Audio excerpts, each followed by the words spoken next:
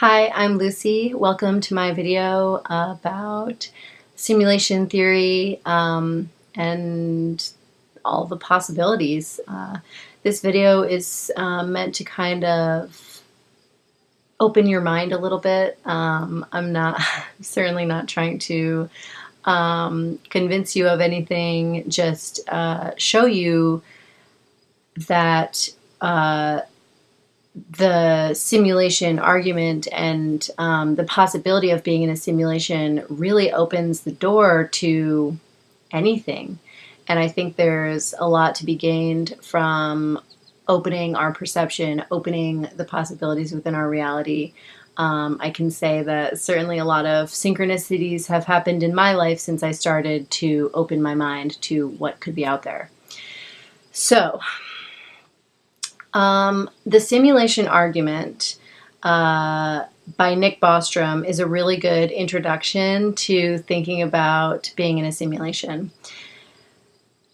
I think that he probably defines a simulation a little bit differently than me, so I'm just going to say that a simulation is anything that's like the classic idea of a simulation is a computer program or something that's a deterministic model that somebody's created or programmed. Somebody, something, somewhere, somehow. Now, I think it could be even analogous to a dream, and that's also a possibility. Or, I don't know, whatever you can think of. So it could be, and I'll get more into these possibilities later, but it could be that this is a video game and we are players that popped into this video game, and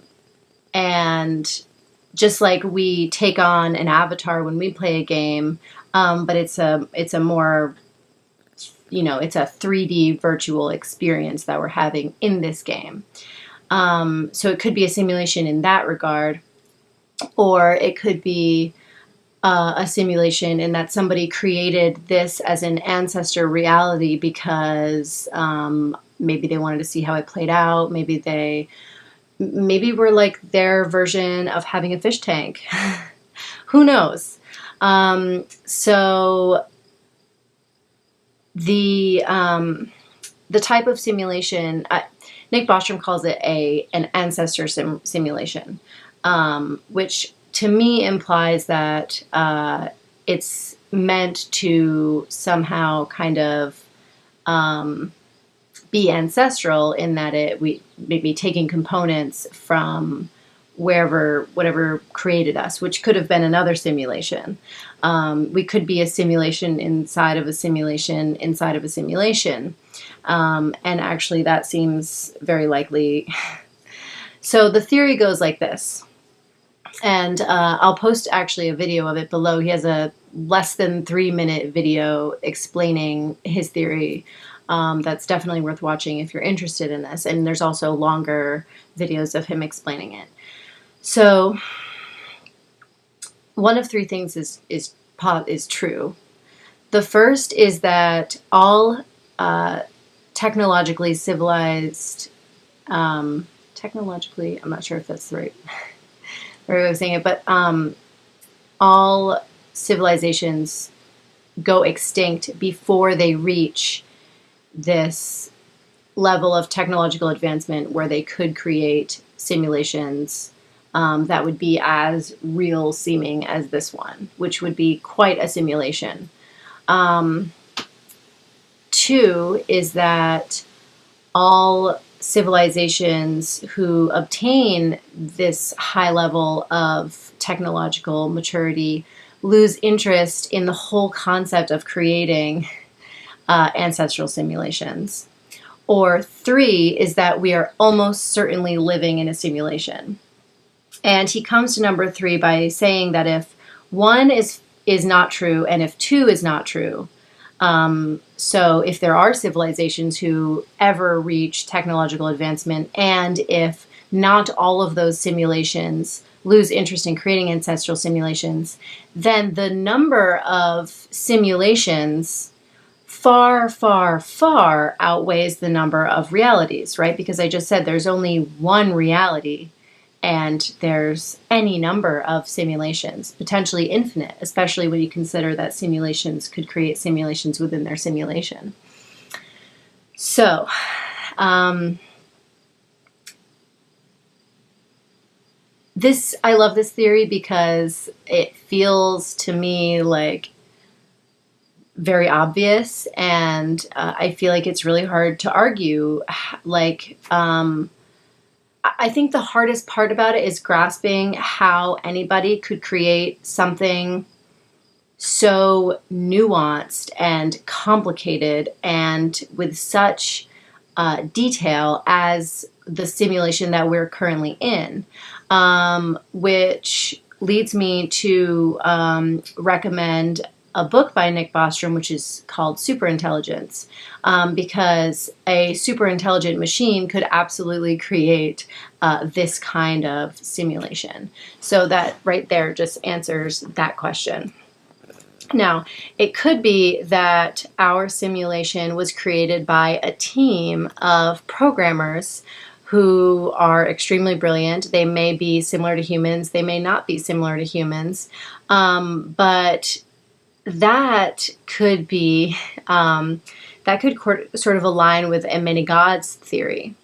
It could be that our simulation was created by a chubby kid who maybe has agoraphobia and eats Cheetos all day. We just have no idea. And it could be that our simulation has very strict laws, or it could be that there are ways to sort of cheat and perform magic, and magic could be written into the simulation. It could be that there are certain symbols that we can use to communicate with our programmers or with the code that underlies our simulation that could give us, help us change things to benefit us. So, it's fascinating because this is obviously a philosophical theory that lots of people have gotten excited about over the years.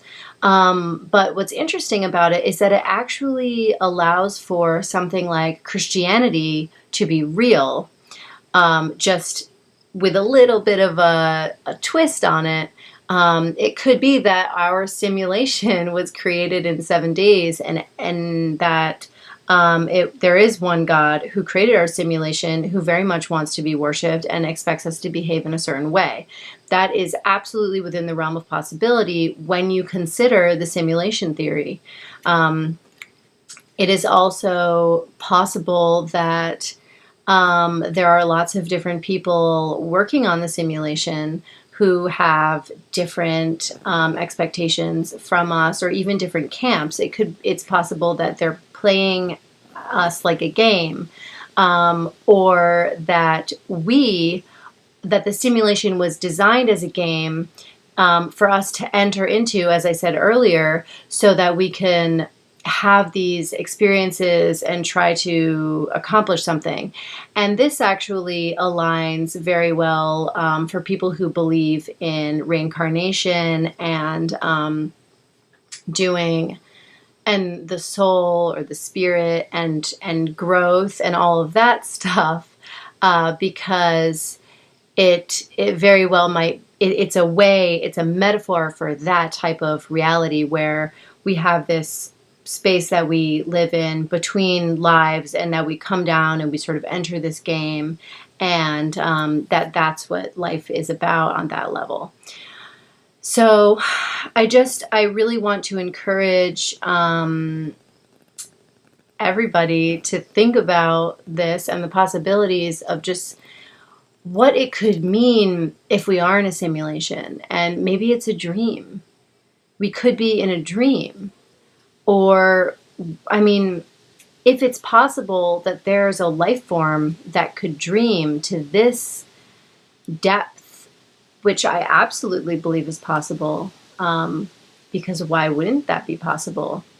If there was a civilization of alien-like creatures that are sort of similar to us, but have the ability to dream on the level that we experience as waking life, then it could be that those dreams are way more numerous than the realities that those creatures are living in. So, the beauty of the simulation theory is that it interestingly has this magical way of allowing anything to be possible, except for almost anything except for us being in the original one true reality. And that's just fascinating to me. And it's kind of exciting because it really emphasizes the possibilities of creation. And I like the way that it rejects materialism, because materialism is extremely prevalent these days, as is determinism. And a lot of people believe that, this atheistic movement, a lot of people really believe that matter and physics, although physics is its own can of worms right now, is what's real. And anything beyond what we can currently perceive is not real, which is an extremely closed way of, I mean, it's sort of like, to me, that feels as silly as saying that we're the center of the universe, because why would we think that we're in the one true reality?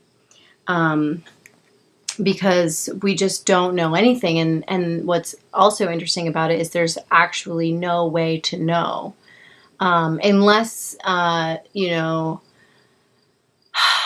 one of the programmers of our simulation dropped a message in to the simulate, like downloaded maybe us all with the understanding, the knowing, like, yes, you are in a simulation and I created you. But some people might argue that that's kind of what certain religious prophets already came here and tried to do, and it didn't really work, because, so ask yourself this: is there anything that could happen right now, tomorrow, next week, on a large scale in your life, to the world in general, that you would go, oh, now I get it, we're in a simulation? Because I'm tempted to say that there's probably not something that would happen that would make you say that. So what's another interesting way of thinking about this is looking at it in reference to the TV show. What is that show called? Westworld, where the robots in the show are simply unable to really process all the incongruencies within their reality. So they'll just kind of ignore any indication of them being a robot until they don't, right? Until that changes in the show. But initially, it's sort of set up that they don't know that they're robots, and they can't even really fathom it because they just close off to that kind of information. And I think maybe it's possible that we're doing the same thing with being in a simulation. Thank you so much for watching my video about being in a simulation, part 1. Next time, in part 2, I plan to talk about free will within a simulation, and hopefully get into psychedelics and the simulation theory, and maybe some other fun food for thought. So I hope you enjoyed. I hope you'll comment. I, of course, hope that you'll subscribe to my page and start a discussion with somebody. Think about this. Have fun with it. Let magic happen. Thank you.